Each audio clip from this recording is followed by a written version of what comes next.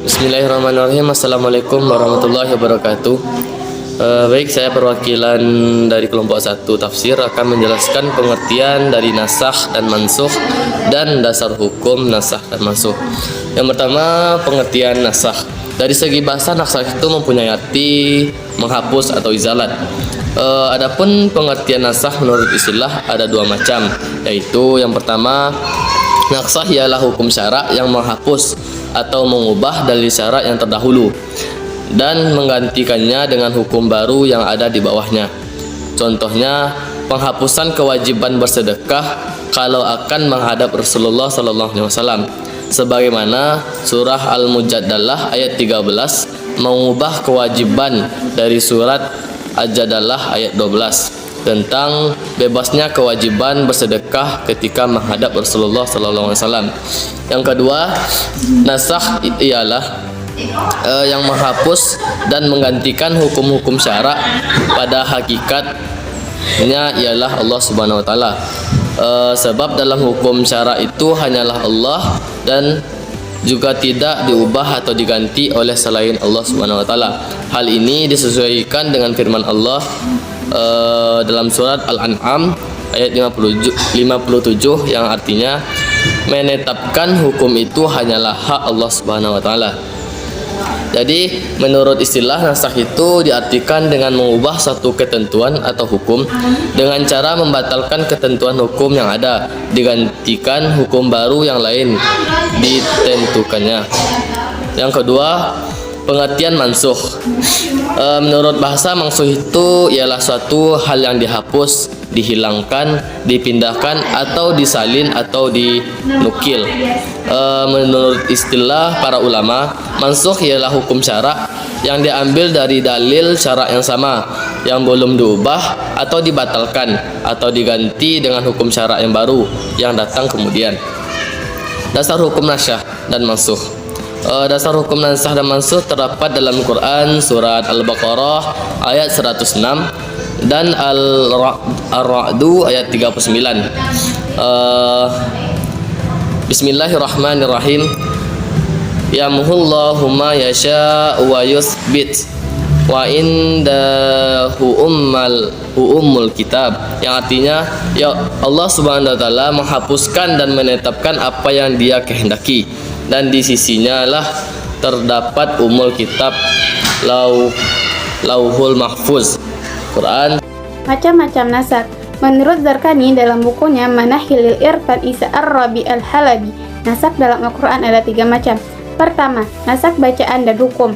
Misalnya, apa yang diriwayatkan oleh Muslim dan yang lain dari Aisyah radhiyallahu, ia berkata, di antara yang diturunkan kepada beliau adalah 10 susunan yang diketahui.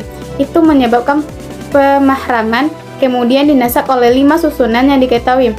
Ketika Rasulullah SAW bersabda, wafat, 5 susunan ini termasuk ayat Al-Quran yang dibaca yang masih berlaku.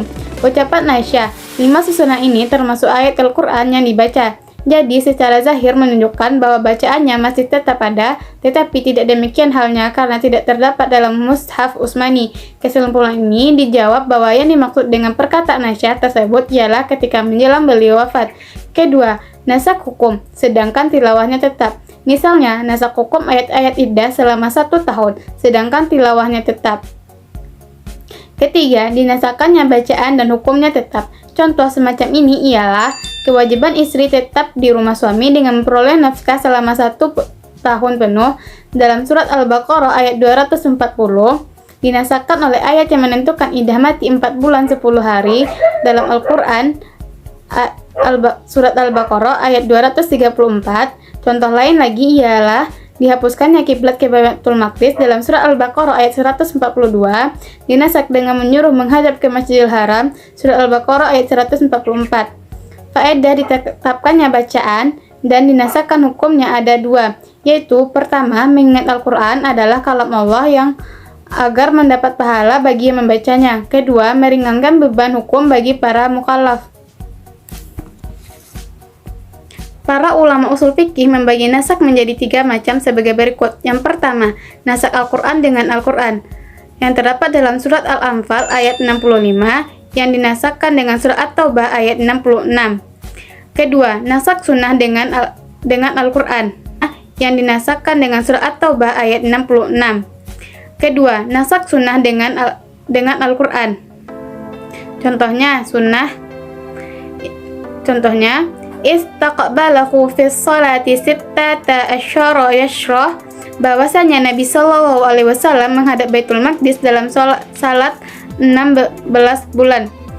Sedangkan dengan dalam surah Al-Quran, fawalli wajhaka syatral masjidil haram, yang artinya hadapkanlah wajahmu ke Masjidil Haram, dalam surah Al-Baqarah ayat 144. 3. Nasak sunnah dengan sunnah. Kuntu nahaitukum an ziyaratil quburi ala fazuruha.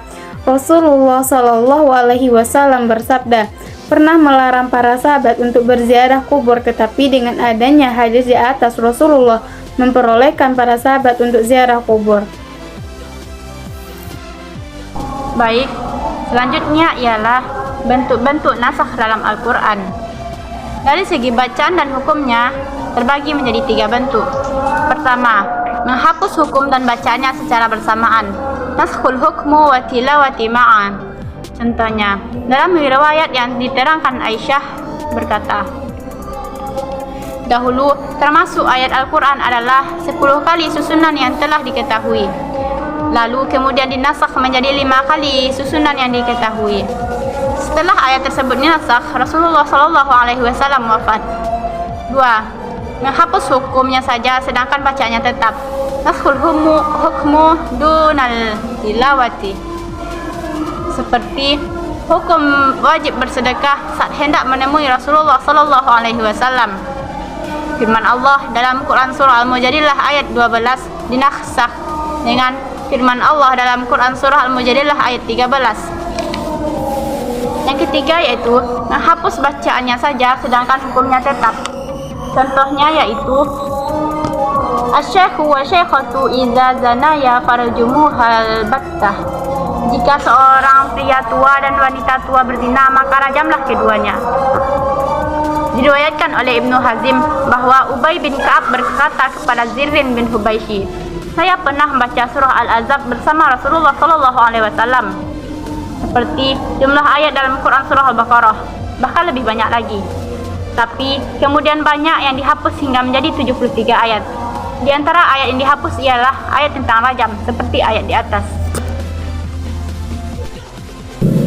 Selanjutnya, ditinjau dari segi hukum syarak yang terdapat dalam dalil-dalil syar'i, maka pembagian nasakh dalam Al-Quran terbagi menjadi beberapa bagian. Pertama, menghapus hukum dengan diganti dengan hukum baru yang lebih ringan. Naskhu bibadli akhaf. Contoh, Ibnu Jarir At-Tabari mengatakan bahwa pada awal mula Islam datang, kebanyakan orang berbuka puasa di bulan Ramadan hanya sampai setelah masuk waktu Isya. Setelah itu, mereka dilarang makan, minum, dan bersetubuh hingga malam berikutnya. Setelah mengadukan permasalahan ini kepada Rasulullah, maka turunlah Quran surah Al-Baqarah ayat 187 menasakh hukum pertama. Kedua, menghapus hukum dengan diganti dengan hukum baru yang seimbang. Naskhu bibadli musawwan. Contoh, hukum salat menghadap ke Baitul Maqdis dinasakh dengan Quran surah Al-Baqarah ayat 144. Ketiga, menghapus hukum dengan diganti dengan hukum baru yang lebih berat. Naskhu bibadli asqal. Contoh, pada awal mula Islam datang, perempuan yang terbukti berzina dihukum di dalam rumahnya dikurung hingga menjemput ajalnya. Hal ini terdapat dalam Quran surah An-Nisa ayat 15. Maka dinasakh dengan Quran surah An-Nur ayat 2 tentang hukuman bagi pelaku penzinahan. Yang terakhir, menghapus hukum dengan tidak diganti dengan hukum lain. Naskhu bila badal. Contoh, hukum wajib bersedekah ketika hendak menemui Rasulullah terdapat dalam Quran surah Al-Mujadilah ayat 12 dinasakh dengan Quran surah Al-Mujadilah ayat 13. Selanjutnya, cara mengetahui nasakh wa mansukh. Ada 3 cara. Yang pertama, harus ada keterangan di antara 2 dalil yang menunjukkan ketentuan dalil yang datang kemudian. Contohnya, Quran surat Al-Mujadilah ayat 13 menasahkan ayat sebelumnya. Yang kedua, harus ada ijma ulama yang menentukan mana dalil yang datang lebih dahulu dan datang kemudian. Dan yang ketiga, harus ada keterangan yang sah menjelaskan dalil mana yang datang lebih dahulu dan datang kemudian. Hikmah nasakh dan mansukh. Yang pertama, meyakini bahwa Allah Subhanahu wa taala tidak terkait dengan ketentuan-ketentuan yang sesuai dengan logika manusia. Yang kedua, menambah keyakinan kita bahwa Allah Subhanahu wa taala itu Maha Bijak, Maha Pengasih dan Maha Penyayang. Karena memang dasarnya hukum-hukum nasakh dan mansukh itu hanya untuk kemaslahatan manusia. Yang ketiga, mengetahui proses tasyri'. Yang keempat, mengetahui perkembangan tasyri'. Yang kelima, sebagai ujian bagi para mukhallaf apakah mau mereka mengikutinya atau tidak. Yang keenam, yaitunya sebagai untuk kemudahan dan kemaslahatan bagi umat. Karena jika nasikh atau nasakh beralih pada sesuatu yang berat, maka di dalamnya terdapat tambahan pahala. Jika nasakh beralih pada sesuatu yang ringan, maka di dalamnya terdapat suatu kemudahan.